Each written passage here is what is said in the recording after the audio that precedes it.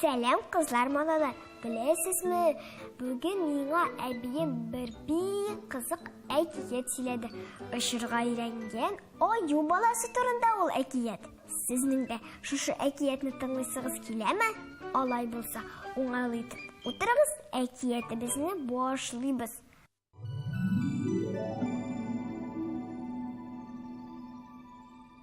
Bir vaqt аю balası kirlenip әтиенісін санамай башлай. Мені бүтінісі ентә сәйді бұрти. Мұнан ары мен аю болмайым, деген ол. Һәм үйінен шығып орманға қашып кеткен. Бара тұрғаш, тундраға барып жеткен ол. Анда күннәр дә жылырақ, құяш та яқтырақ, тирә-юл шәшәкләр белән тулы. Қараса, бір йымран шешеклер арасынан башын көтергенде бик матур итеп сызгыра икән. Минем дә шушы йымран шикелле буласым килә, дигән аю баласы. Һәм ул арткы тәпиләренә турайып басып, алгы тәпиләрен курсагына куйганда сызгыра башлаган. Әмма аның сызгыруы бик ямьсез үкерү булып чыккан. Моны ишеткән йымран тизрәк өненә кирип качкан. Шуннан аю баласы юлын дәвам иткән. Бара торгач, аңа бер үрдәк очраган. Менә шундый булсаң иде, үрдәк оча да белә, дип уйлаган ул. Һәм ул арткы тәпиләренә басып, алгы тәпиләрен канат иттереп, алар белән кагынырга тотынган. Һәм гөрселдәп җиргә ауган. Үрдәк шуннан әйткән: "Әйдә, күл буена, мин сине очарга өйрәтәм", дигән.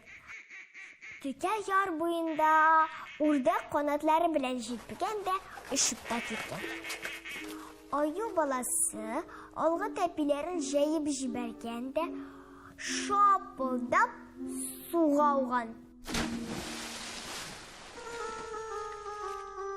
Салкын суда пышкыра-пышкыра, зарлана-зарлана, көч-хәл белән яр буена чыккан.